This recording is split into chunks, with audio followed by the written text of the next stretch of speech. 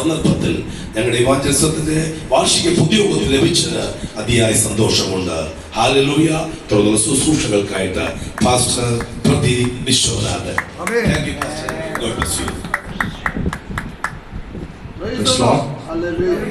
കർത്താവിന്റെ പരിശുദ്ധമായ നാമം വാഴ്ത്തപ്പെടുമാറാകട്ടെ. വളരെ പെട്ടെന്ന് ക്രമീകരിക്കപ്പെട്ട ഒരു യാത്രയും ശുശ്രൂഷയുമായിരുന്നു അടിയൻ്റേത്. സ്തോത്രം. ഇവിടെ ഇന്ന് ദൈവവചനം ശുശ്രൂഷിക്കേണ്ടത് എൻ്റെ അധ്യാപകൻ, എൻ്റെ ഗുരുനാഥനുമായിരുന്നു.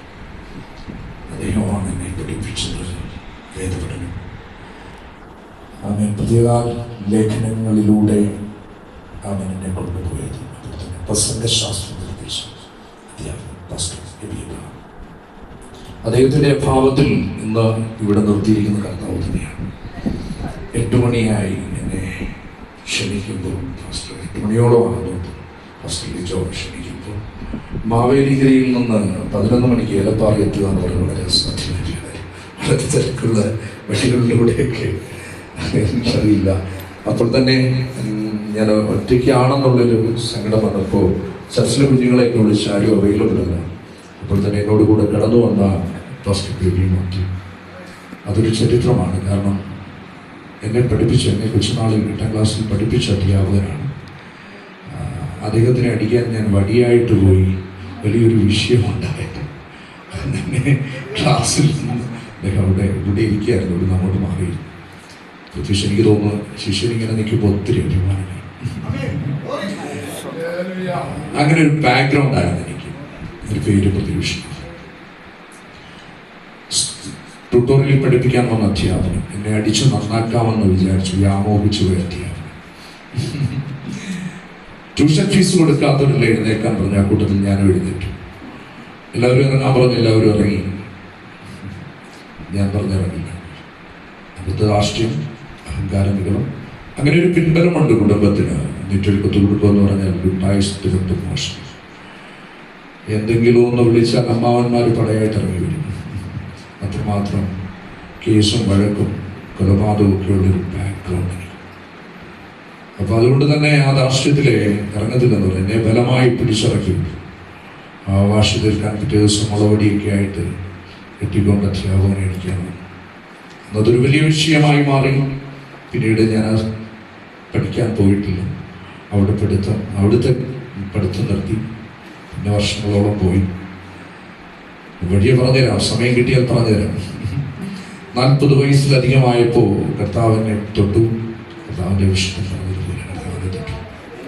അത് കഴിഞ്ഞിട്ട് എൻ്റെ ഉള്ളിലേക്ക് വന്ന ഏറ്റവും വലിയൊരു വേദനയായിരുന്നു ഈ അധ്യാപകൻ എന്ന ഘട്ടത്തിലാണ്. ഞാൻ ഒത്തിരി കരഞ്ഞു. എന്നെ വളരെ വേദനിപ്പിച്ച ഒരുപാട് പേരുണ്ട്. ഒത്തിരി പേരെ ഉപദ്രവിച്ചിട്ടുണ്ട്, വേദനിപ്പിച്ചിട്ടുണ്ട്. തല്ലും അടിയും വെട്ടുമൊക്കെ ആയിട്ട് നടന്നൊരു സമയം. ഗുണ്ടായുസത്ത് തൊട്ടു കറിവിൽ. ആ കൂട്ടത്തിൽ ഏറ്റവും കൂടുതൽ എനിക്ക് വേദന തോന്നി എൻ്റെ അധ്യാപകനെ കുറിച്ച്. പിൽക്കാലത്ത് കണ്ടുമുട്ടാനൊരു സാഹചര്യം അദ്ദേഹത്തിൻ്റെ കാല് തൊട്ടുകൊണ്ട് ശിഷ്യഭാവം നടന്നു. അങ്ങനെ ഇന്ന് അധ്യാപകനോടുകൂടെ യാത്ര ചെയ്തു വരുന്നത് വലിയ അദ്ദേഹം പ്രാർത്ഥനയോടെ അരികിലുണ്ടായിരുന്നു. അതുകൊണ്ട് ആ 11 മണിയായപ്പോൾ കൃത്യവേലപ്പാറയിൽ അങ്ങനെ സ്തോത്രം. 8 മണി കഴിഞ്ഞു. സ്തോത്രം. മാവേലിക്കരയിൽ നിന്ന് യാത്ര ചെയ്തു. വലിയ അത്ഭുതമാണ് ഞാൻ ഇവിടെ നിൽക്കുന്നത്.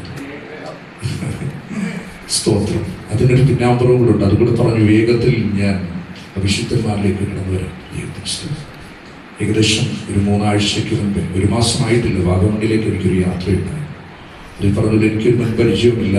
സ്തോത്രം. ഞാനുമായിട്ട് കണക്റ്റഡ് ആയിട്ടുള്ള വിശുദ്ധൻ എന്നെ വിളിക്കുന്നു. അദ്ദേഹം വിളിച്ചു പറഞ്ഞിങ്ങനെ ഒരു മരണമുണ്ടായി, വാഗമണ്ണിലേക്ക് പോകണമെന്ന് പറഞ്ഞു. ബസ്സിനാണ് പോകുന്നത്. ഞാൻ പെട്ടെന്നൊരു നിയോഗത്തോടെ ഞാൻ പറഞ്ഞു ഞാൻ കൊണ്ടുവിടാണ്. കാരണം അദ്ദേഹത്തിന് ഉച്ചയ്ക്ക് ആ അടക്ക ശുശ്രൂഷ ബസ്സിൽ യാത്ര ചെയ്ത് വന്നാൽ നടക്കില്ല എന്ന് എൻ്റെ ഉള്ളിൽ പറഞ്ഞതുകൊണ്ട് ഞാൻ പറഞ്ഞു ഞാൻ കൊണ്ടുപോകാം. അങ്ങനെ ഞാൻ കോട്ടയത്ത് വന്ന്, കോട്ടയത്തു നിന്ന് ആ മനുഷ്യനെയും കൂട്ടി. അപ്പോൾ അദ്ദേഹം ഒറ്റയ്ക്ക് വരാനിരുന്നപ്പോൾ കാറിലായതുകൊണ്ട് അദ്ദേഹത്തിൻ്റെ മാതാവും മകനും ഭാര്യയും കുഞ്ഞും ഒക്കെ കയറി. അങ്ങനെ അവരെയും കൊണ്ട് ഡ്രൈവറായിട്ട് ഞാൻ യാത്ര ചെയ്തു വന്നതാണ് വാഗമണ്ണിൽ. ഏകദേശം 1 മാസമായിട്ടില്ല. മാതാവ് ശുശ്രൂഷ. എന്നാൽ അവിടെ വന്ന് എനിക്ക് പ്രത്യേകമായ യാതൊരു റോഡുമില്ല. ഡ്രൈവറുടെ ജോലിയല്ലാതെ വേറൊന്നുമില്ല. കാരണം ഞാൻ മുൻപ് കണ്ടിട്ടില്ല, യാതൊരു പരിചയവുമില്ല. അന്ന് അവിടെ പോയി ആ മാതാവിനെ കണ്ടു.